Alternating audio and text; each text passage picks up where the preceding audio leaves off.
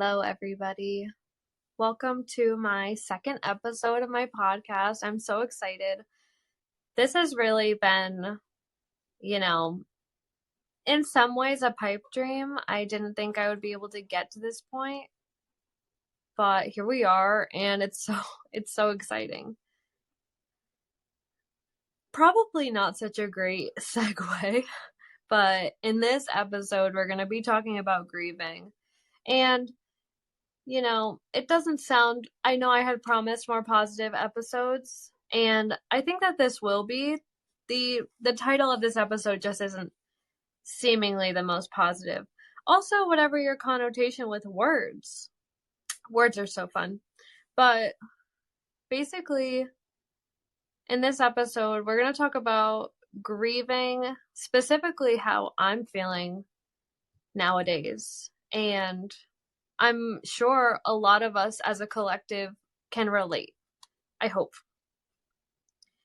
So, when I say grieving, it could mean in a literal sense or a metaphorical sense. My friend Pickles, her dog actually died, so that is grieving over the loss of an amazing puppy, which she really lived like multiple lifetimes, and she helped so many people. Probably the most impactful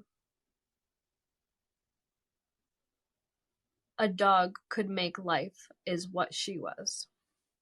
And others are grieving of the life that they knew. And especially, COVID, probably in the beginning of COVID, we were doing a lot of grieving and saying goodbye to what we had, depending on what your truth is with COVID as well. But just saying goodbye to what we thought was normal. And now that we're, there's seemingly a light at the end of this tunnel out of COVID, and everybody's saying, I can't wait to get back to normal. I can't wait to get back to normal. And my question is, what is normal? What does normal mean to you? Normal to me, I mean, normal is the way I was living before COVID happened. Working my 9 to 5, going into work, spending time with my partner at home, doing house things, not really connecting with others as much as I am now. And basically, my point is, was normal what we really wanted? Was prior to COVID, was that what we really wanted? At least for myself, I can say that it wasn't what I wanted. And,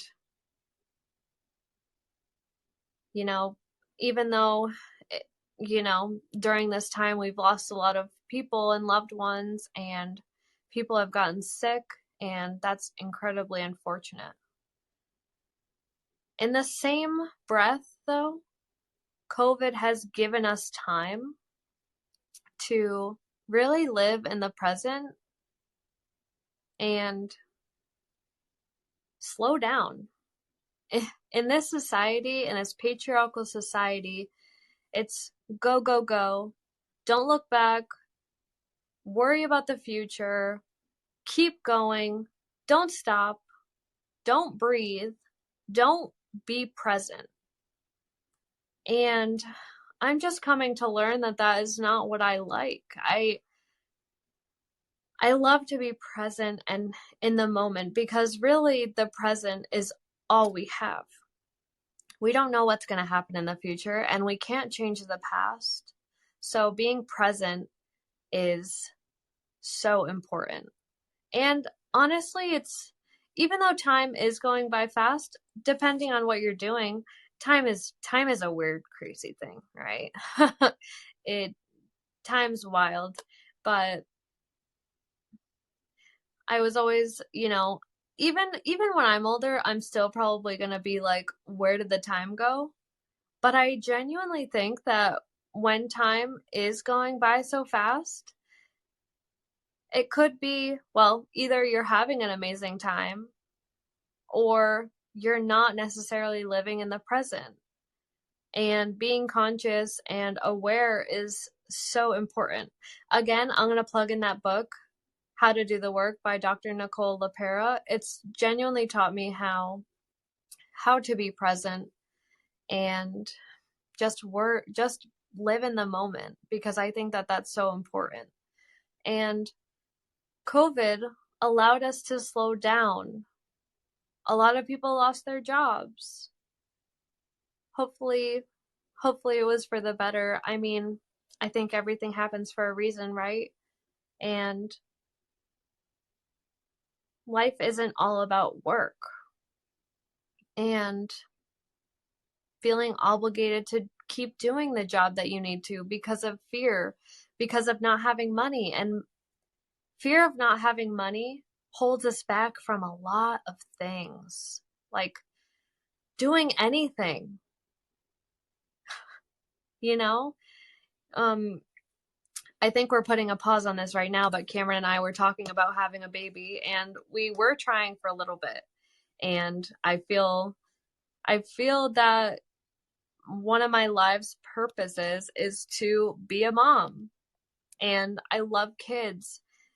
I just love kids. And I know Cameron's going to be an amazing dad. So we were at a point trying to have kids, and I've slowed down and realized that I want to be worrying about myself a little bit longer. But the reason we weren't trying to have kids was because I was telling Cameron, well, both of us were saying we need to have savings. We need to have money in the bank. We need to have at least $10,000 in savings just in case anything comes up. And honestly, I don't think if we were really going to stick with that, I don't think we'd ever have a baby. I mean, I'm worthy of all the money, right? But it's just limiting ourselves and not listening to our intuition, more our brain and the logical, and that's really the masculine energy, is planning and worrying about the future. And I think one day I was looking at a baby and I'm like, wow, I want a baby. And we can't worry about the future. No one can worry about the future because no one knows what the future holds. So living in the moment and just trusting, that's really what it is trusting the process and trusting that everything is going to be okay is so important. And COVID allowed us that time to live in the moment and slow down and question things around us and have an introspective time. It's kind of like when, this is how I see it, is when Mother Nature, it's raining and the conditions aren't allowable to be outside. It's Mother Nature's way of kind of pushing us inside. Not that I'm saying this is the same. I'm more relating it to introspection.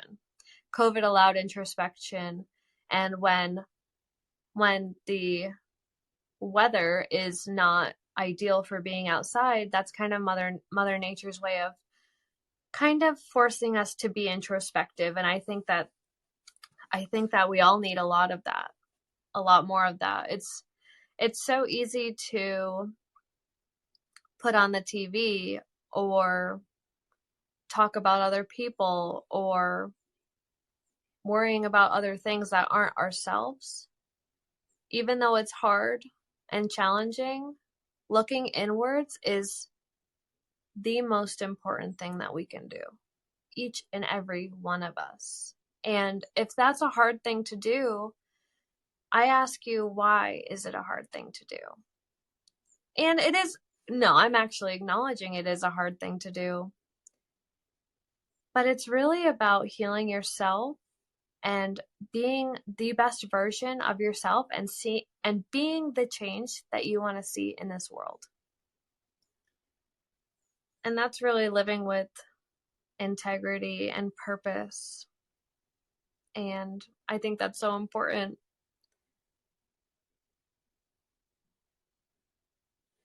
And basically after this time, I've realized that the way it was, the normal that it was before, is not what I want. I don't want to go back to that. I've had a lot of clarity and a lot of time to look inwards, and I know what I want. And I'm curious if what all of you feel. Are you guys excited to go back to exactly the way things were? Are you looking for something different like me? Maybe there are some things that worked for you that aren't working now, and vice versa. So, like I was saying, the beginning of my healing journey was meeting my first mentor at that moving out sale. And that was basically the first day of the rest of my life. At that time, I was still very much paranoid about COVID. And I'm not judging anybody for how they feel. If you feel scared, it's very understandable to feel scared. 100%. If you're not scared, I understand that too. And I'm not judging anybody for how they feel. Everybody has the right to feel however they want to feel. But after I met my mentor, and my first one, the world just opened up to me, and it was like I was a new person after that. So I'm going to go over some of the things that have changed my life. And, well, if you can't tell by this podcast cover, I won't glaze over it. If you can tell by the podcast cover what my number one tool is for healing and my journey, that is what it is. And plant medicine is such a powerful tool, and there's a lot of negative connotation with it, and that's a damn shame. But honestly, if it did have a more positive connotation, if it was, not illegal in some places, the world would look a lot different, let me tell you. So, without naming it, I went on a journey, my first journey last year, and it was great. It was outside, enjoying the nature, all of that. It was incredible. Everything was in HD. It was it was very special. So, I meet my first mentor, and she connects me with my second mentor. And my second mentor is medicine woman. She's not who I want to be, but she has a lot of qualities and a lot of knowledge that I want to have as well. And, she has brought me this plant medicine for ceremony, for healing. And so I was with a couple of friends at my house, and it was actually, I want to say it was May, and it had just snowed the night before. So this is me giving you an example of how I feel the universe / Mother Nature encourages us to be outside because of, is it inclement weather? And because it was all snowy, we weren't necessarily dying to go outside. I was dying to go on a journey, and we did that. And we all felt called to, sorry, I thought a sneeze was coming up. I'm not editing this, so you'll hear the bodily bodily things if it comes up. But we weren't dying to go outside, and then we did feel the urge to go outside, and we did. And we were outside, and it was still snowy, but there was like a perfect clearing under each tree. And I actually have an oak tree in the back named Ernie, and he was with us with our first time, and it was a great time. And there was a nice clearing for us, specifically for us. It seemed that he was just saving space for us. And we were outside, and oh, I just felt this overwhelming sense of like freezingness and just really vulnerable. And I had to go inside. And because the universe was also telling me, Lizzie, you need to go inside. It's time for introspection. When you're outside, it's harder to go inwards. So I went to my basement, and I like to think of my basement as as the womb, because it has pink fiberglass, so it's kind of like stuffing.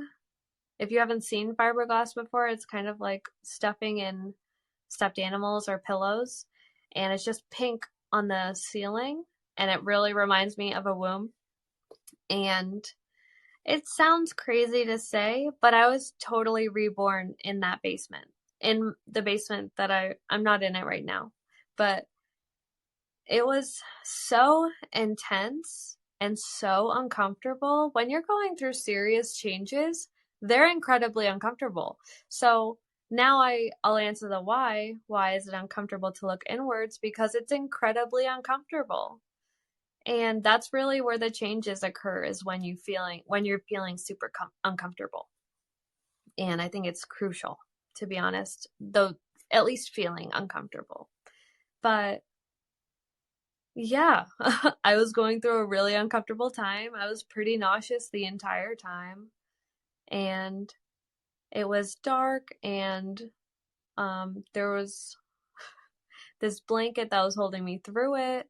And once I got to the other side, I was able to come upstairs and rejoin one of my friends, and was able to share my experiences, because basically when I was in that state, I closed my eyes, and it was like spitfire questions. Like, why is this happening? Why did this happen? Why is this going on? And all of my questions being answered, just rapid fire.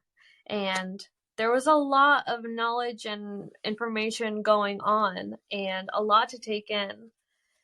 And to be honest, why I feel I am so far along my journey, even though I've only started maybe 4 months ago, is because of the plant medicine. It basically, it just speeds up your journey so fast, because a lot is going on, and it's just such a powerful, powerful tool. And if anybody is interested in this, like, message me on Instagram. Healing is my biz. I'm thinking about doing, a workshop or two, and providing more knowledge, at least the knowledge that I'm aware of, with this plant medicine, because I feel like it could help so many people. And if you know me, I've probably mentioned it before. And I'm not saying it for I'm not saying it for my health. I'm saying it as it could be a benefit for the collective, all of us. And I'm definitely not going to my purpose, I feel, is to be medicine woman. So, yeah. And ever since then, that's really where my journeys have started. And that has introduced me to my newfound spirituality. I never was a very religious or spiritual person. I claimed as agnostic when I was in high school. Me and my friend would say we were agnostic because we just didn't know. And then I kind of was thinking, everything happens for a reason, right?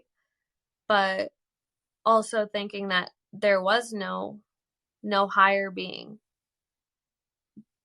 But I feel like those are two conflicting ideologies, and ever since I was able to, I've met these amazing people and I've experienced this plant medicine and I've been reading books and just obtaining so much information, I've come to realize, at least for me, that there is a higher power. And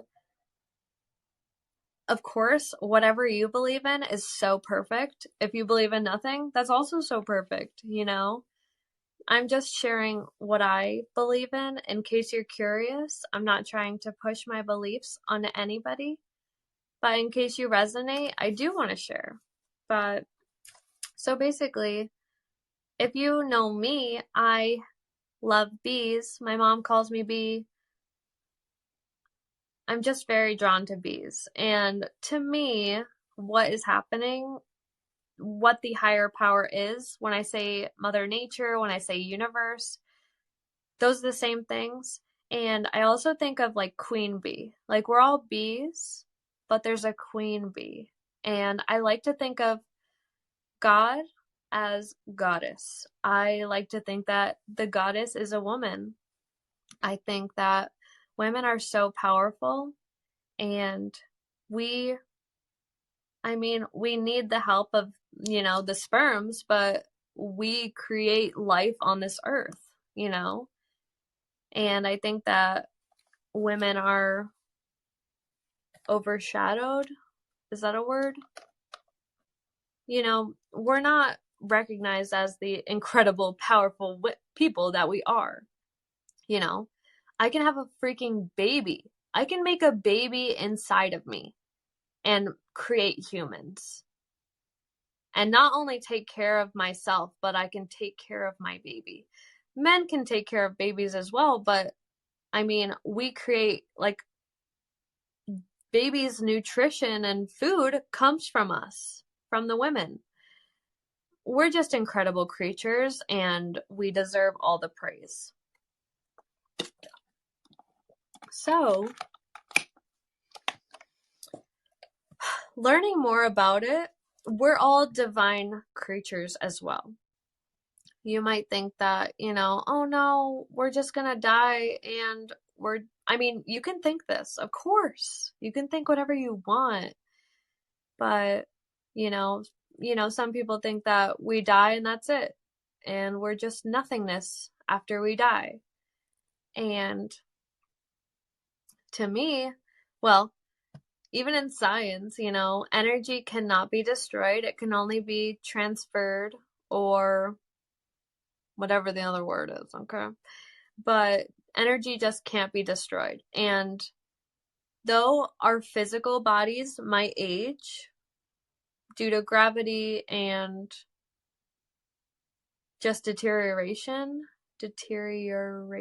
yeah, we'll go with it, and all of that, I believe that everybody has a soul, and everybody, honestly, we're just a bunch of gods and goddesses, but there is like this higher power that is higher than us as gods and goddesses. So yeah, that's really what I think. And then I love asking people what they believe in. That's one of my favorite questions. And ooh, maybe I'll make that a question for when I have guests on here, is what do you believe in? Because I think that that's so powerful and everybody, has their own little spin to it. And I think that that's really cool. And there's a reason why we think these things and this way, So I believe that when we die, we're kind of just like energies floating in the earth. And depending on your role as well, I'm hoping my second mentor will come on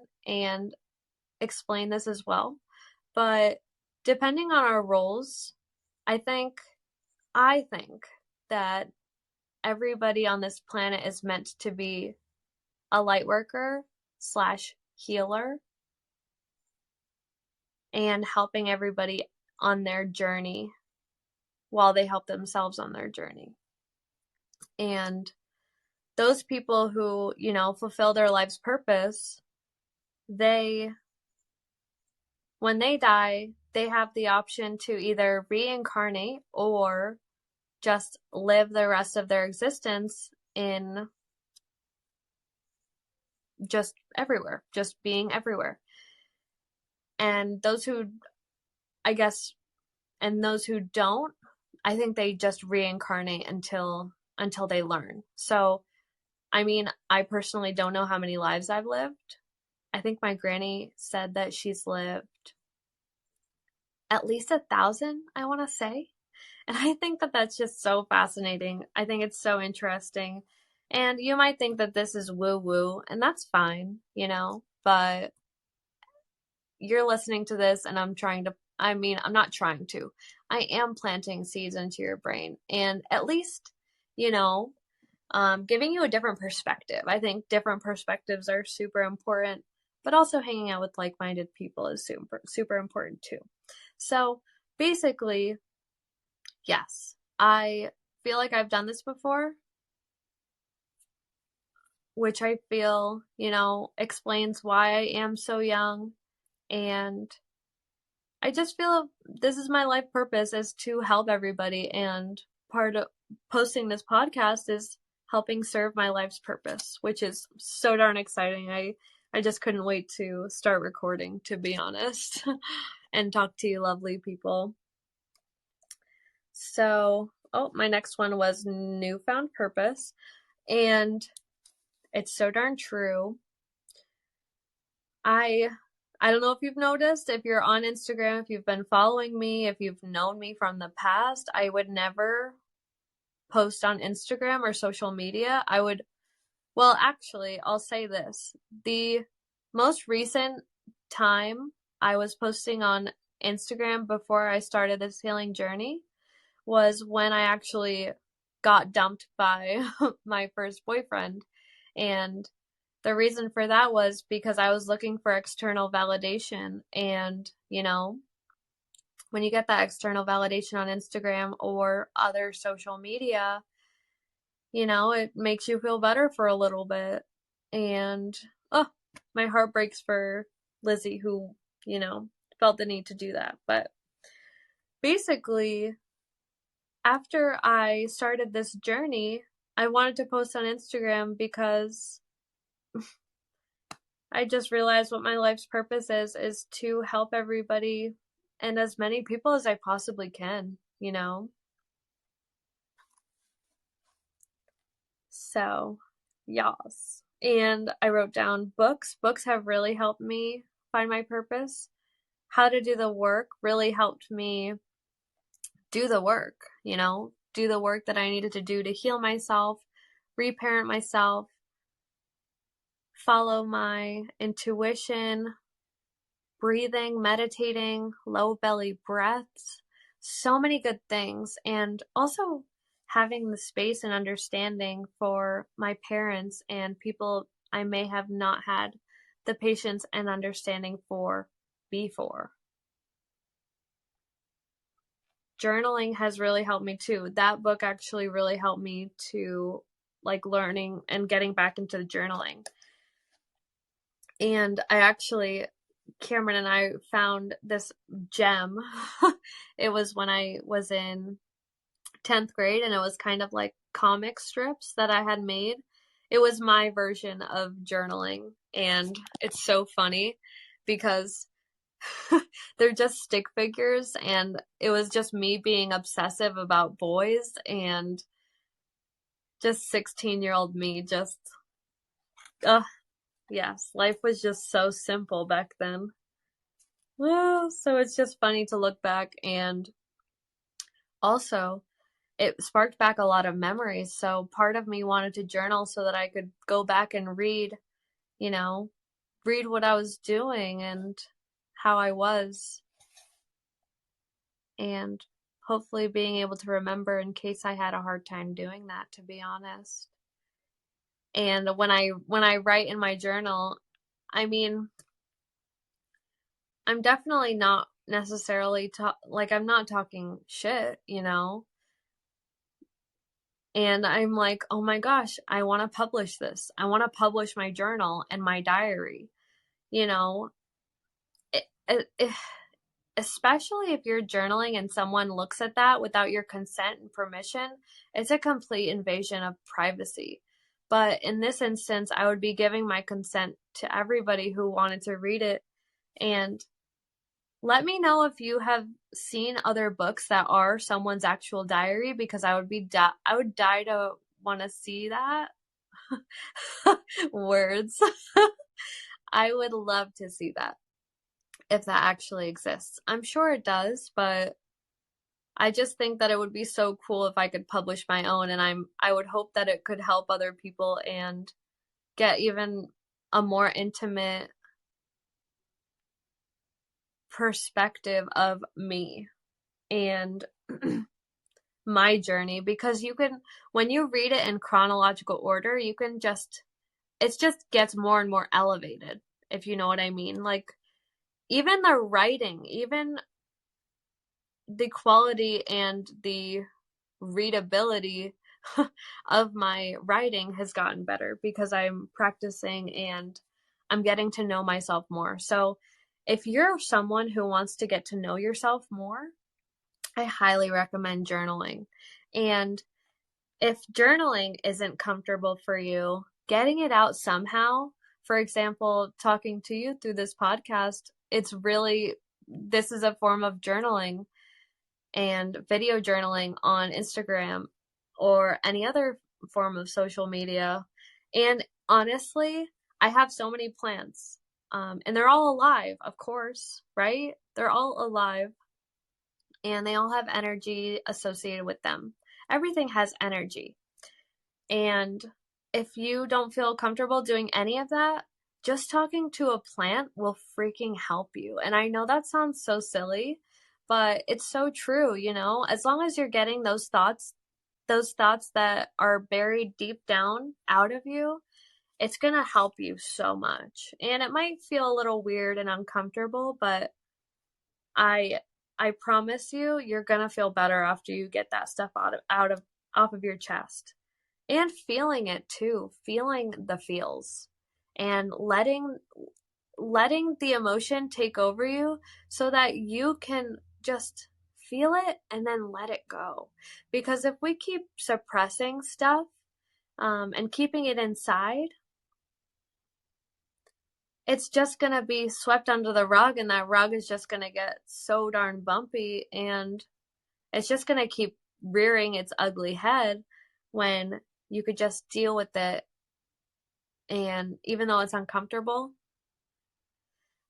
dealing with it, you know, maybe once or twice is just seemingly better than, at random times or just keeps coming up type of thing. Another thing that I haven't been doing as much is meditating and breathing. And I think meditating, actually, no, I do yoga, and I consider it part of meditating and breathing. But meditating and breathing, they don't even have to be the same thing. Meditating to me is trying to clear your head and live in the moment. But if things come up, that's perfectly fine. Just basically, if you're just sitting there and breathing, focusing on your lower belly breaths, in through your nose, out through your mouth, and you're focusing on your breath, really. And if things come up, that's totally fine. We'll just say thank you for coming up, but I'm going to focus on my breath right now. And just having grace and compassion for yourself, which will allow you to have grace and compassion for everybody else. Spoiler. But it's so important, and it's so crucial to living in the moment as well. Breathing and focusing on your breath, as well as focusing on the sensations around you, like what does it feel underneath your body? I'm sitting in a chair, so it feels really comfortable, and maybe it smells like incense, maybe it smells like fresh air or rain or anything. Maybe it feels really, really warm or comfortable. And you see, what do you see? You know, I see bright colors all around me, that type of thing. So when you're focusing on the senses, it forces you to be present and be in the moment instead of your mind wandering and stuff like that. My next thing is running and yoga. And if you ever knew me, I was one to say running sucks. I hate running. Running is the worst. It's so funny. It's so funny now.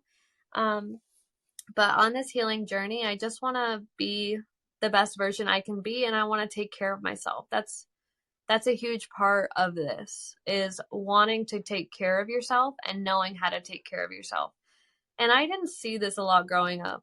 You know, I love you, Mom, but I really didn't.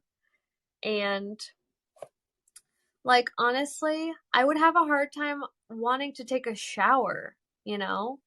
I I still kind of have a hard time taking a shower, but when I'm running and exercising, it's forcing me to take a shower because I'm sweaty. At least more apparently so. So running, you know, has been a way that I can easily just, I don't have to learn how to really do anything. Maybe I mean, I know there is proper form when you're running, and that'll be something that I add to my list of things to do. But, you know, all I have to do is run, and me and Cameron have a decent amount of land here, and I'm able to just run. I started off running 1 lap, and now I can do 2 laps, and it's probably a little over half a mile, you know, nothing crazy, but it's a good way for me to build up those endorphins and just feel accomplished and good about myself. And I didn't exercise today, but every time I do, I just feel so much better. And I thought that was bullshit when I first heard of it, but it's so true. It makes you feel so much better. And when I was first starting to run, my partner was saying, you should potentially, you know, stretch after. And I was thinking, you know, I love yoga. Yoga was always like in and out of my life, especially in college. It was very much in my life during college. And I know some poses. So I'll go outside, depending on the weather as well. If I'll go outside with my yoga mat and I will do a few poses, and then I'll go for my run, and then I'll end with yoga again. And it's wonderful and allows me to also be in nature. I didn't write that down, but being in nature is so important. And, you know, that's really how our ancestors lived, was in nature. And if you ever feel overwhelmed or just need a break, go outside and breathe in the fresh air and listen to the birds and the different sounds that you hear. Nature is so magical, and I never appreciated it before, but can appreciate it so much more now. And I'll go into my new journey that I'm approaching and nature, because nature has very much inspired me. Eating nutritiously and consciously. Oh my goodness. So at that bonfire at my first mentor's place, I met a new friend who is vegan and, you know, posts on Instagram about eating consciously and like where your food is coming from. And I, you know, would go to, my favorite meal was Wendy's. I can't even tell you, actually, no, I could tell you the last time I had Wendy's, but that was only because I was desperate for food. Not that I'm judging you if you like Wendy's. I can't blame you. Wendy's is tasty, but just being conscious about what I was consuming and how I was feeling after I consumed it. I think that that's such an important thing that we aren't really taught, is to listen to our bodies and pay attention to how our bodies are feeling after we're eating something. And I was doing that and I was like, wow, I really don't like the way this makes me feel. And also with meat, for example, if, you're buying, we'll say chicken. So if you're eating chicken and it's not, locally sourced or harvested / maintained in an ethical, humane way, and maybe the chicken that you're eating had really high cortisol levels because it was really, really stressed all the time, because they're packed in tight cages or what have you. They're just on top of each other.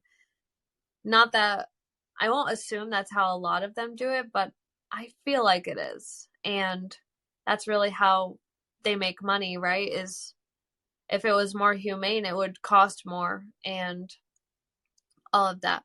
So when we're eating food unconsciously,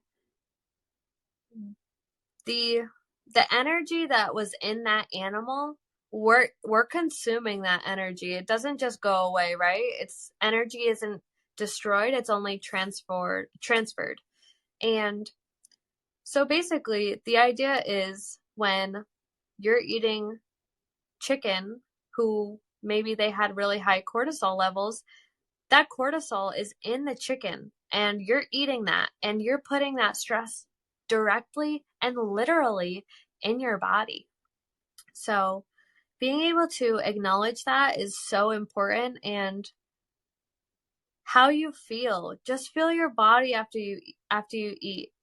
If you're eating your favorite meal or anything, just listen to your body and feel your body and how it feels after you do that. That really changed my life.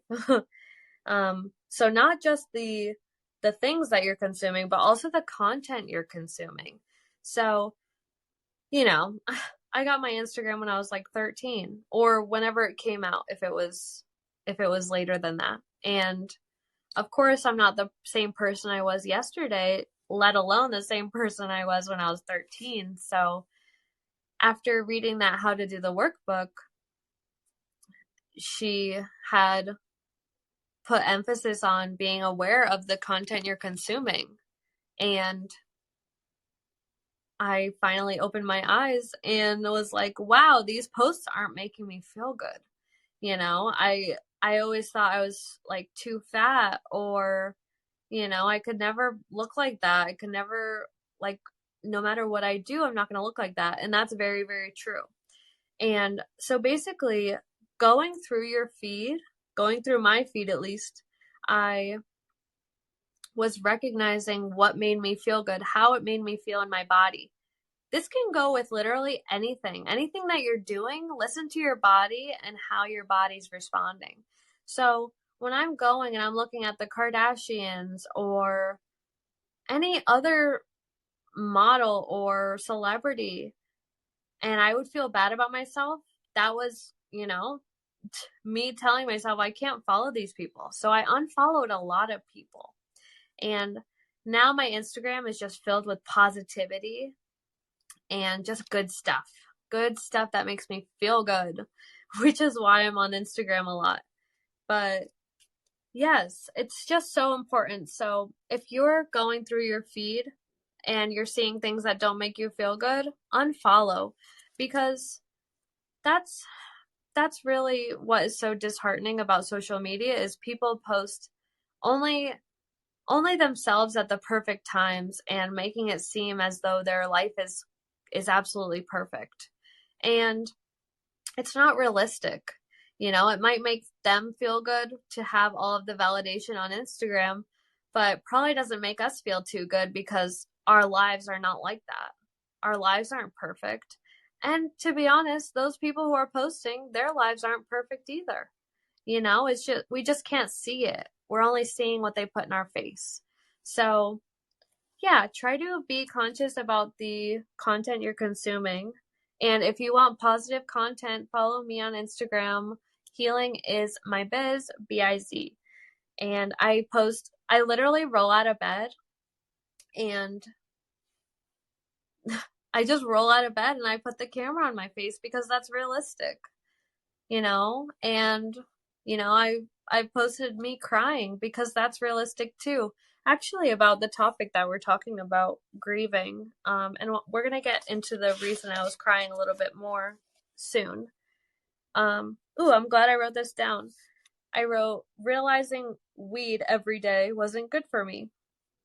So I was listening to this amazing, amazing podcast, Olivia Hanna, if you ever listen to it. That's so funny. It's so full circle because I was listening to her podcast and she also inspired me to do my own podcast. And she was saying how,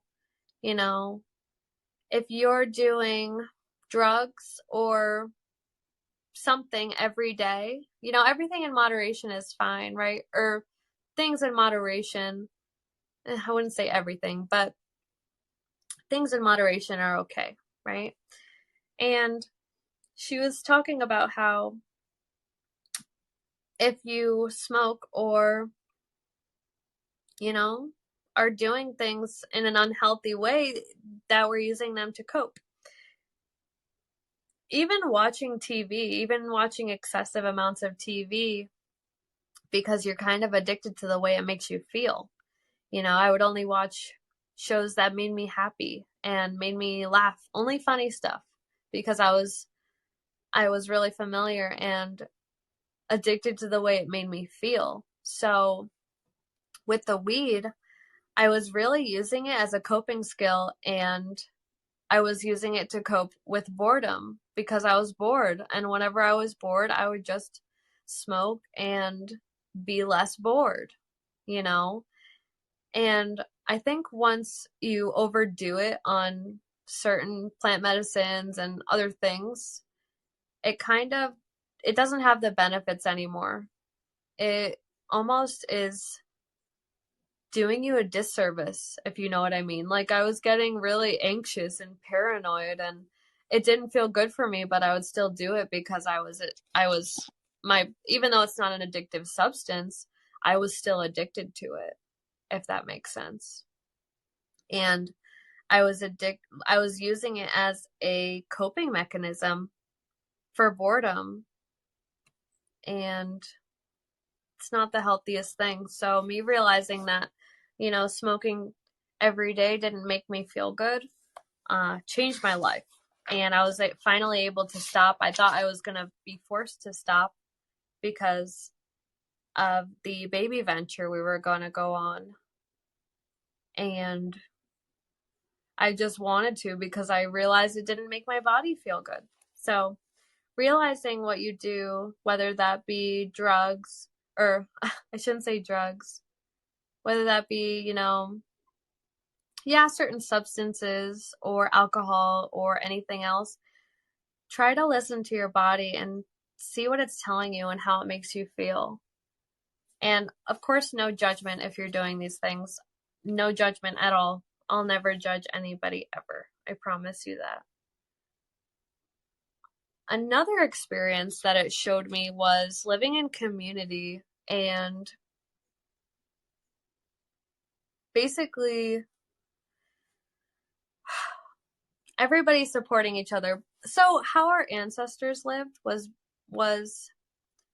living in community, living in village, and supporting each other with our own unique talents and living off of the land, having all of our innate needs met.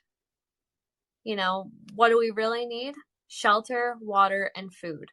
And that's really all we need to survive.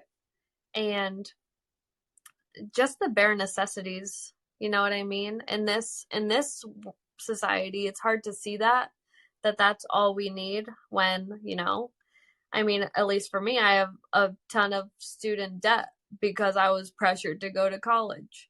And I don't have a car loan anymore, but having to pay for my car in monthly installments, having to pay for insurance, having to pay for utilities and all the other things.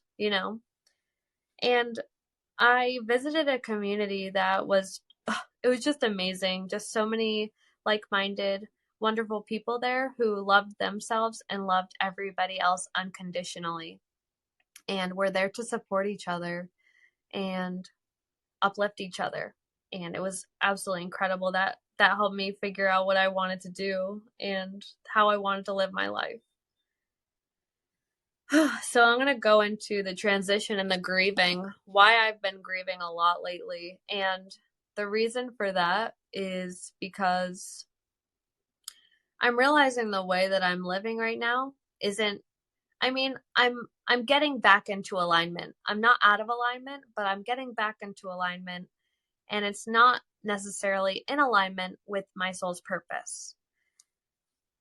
I do accounting right now, and we live in this amazing house. We have the American dream. The American dream is here, and I'm living it. And I'm here to tell you it's not all it's cracked up to be. All right? I'm just getting real with y'all. And that's also, it's also person by person basis. If the American dream is what you want and you're happy living the American dream, that's freaking awesome. I'm happy for you. But I'm just here to say that the American dream is not my dream. And I just feel very trapped in my house.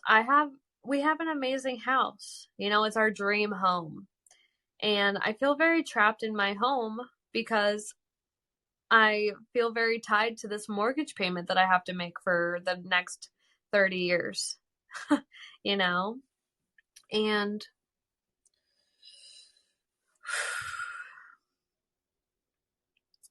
I feel very trapped in the job that I'm doing right now because I feel I can't live in this house without doing the job that I'm doing because it pays very well. And I'm very, very appreciative for both of these things. Both my job and my house have given me so many opportunities, and I'm so darn blessed and grateful. But I'm realizing that these things are not serving me anymore. And it's not my dream. My dream, to be frank, is to live in a community on land with other like-minded people who, are supporting each other and being there for each other. And if you think that this is too crazy, that's fine. I'm not here to convince you otherwise. Just trying to give you a different perspective. And if you really want to know the real me, this is the real me too. Unapologetically. And if you don't love it, you don't have to listen to me either, which is the great thing about this. And, at least having that kind of freedom in the content you're consuming, But yeah, I just feel very trapped, and I feel like the timing is so right because it's a seller's market right now. And honestly, I never thought I would be going to live back with my mom. It's not set in stone yet, but I think I'm gonna go live with my mom and her man in their in-law apartment. Me and Cameron are gonna go and get rid of a lot of our things, downsize, hopefully buy an RV, and just travel. Just travel everywhere. My second mentor actually lives in an RV and has so inspired me. And Cameron and I are just destined to be traveling the world together. So that is my dream, and I plan on living out this dream fairly soon and doing what I want to be doing all the time, which is being there to support and help others heal themselves. Honestly, that's my dream. And my first mentor actually asked me this question, and I'm curious. Well, I would think that you guys would be interested in the answer as well, but basically, how did this conversation go with my partner? So I have been talking about wanting to live in a community and selling the house. I have been talking about that. And I was a little bit more stringent when I was having this conversation with him before. And I had a conversation with him a little over a week ago, and I just told him I feel trapped. I was literally texting him, and he was at work and I was working at home. And I was just texting him, I feel very trapped, and I I I really want to sell the house so that I can do what I want to do all the time, you know? And he was very perceptive, or yeah, we'll go with that. He was very receptive to that. And what a freaking relief, because this is probably, he loves this house probably even more so than I do. And him being able to give up everything to be with me and to make me happy, oh, it makes me want to cry right now. Just makes me feel like the luckiest person on the earth. You know, I just feel so blessed and grateful that he wants to join me on this journey. And oh, I'm just so excited for what the future holds. So, when I'm talking about grieving, I am talking about letting go of what I knew, of the life that I knew, which is, you know, living here and doing what I'm doing. And there's a lot of changes that are happening, and I'm basically grieving all of the changes, and I'm grieving and letting go of the things that no longer serve me so I can make room for the things that do, and things that spark joy and fire me up, you know? So that, I guess, is where I wanted to get with that, and where the grieving process, the grieving, I don't know about you, but I've just been doing so much grieving because there's so many changes that are happening. And of course, everything happens for a reason. And just trusting the process and trusting everything is going to be okay has helped me a lot. And crying has helped me so much. I probably haven't cried harder in the last week than like ever before. And it's just making room for all these new changes. And I'm just so darn excited to go on this journey and take you guys with me. And oh, should be good stuff. So, yeah, please message me what you think about this episode. And if you're grieving, I would love to be able to support you. And I'm here for each and every one of you. And I love all of you. If you're meant to be listening to this, if you're listening to this, you're meant to be listening to this. And thank you so much for letting me take up how much time? An hour of your time to talk to you guys. This is really healing for me, and I hope that it heals you guys as well. And I hope everybody has an amazing day or night wherever you are. And I love you guys so much. Thank you so much for listening.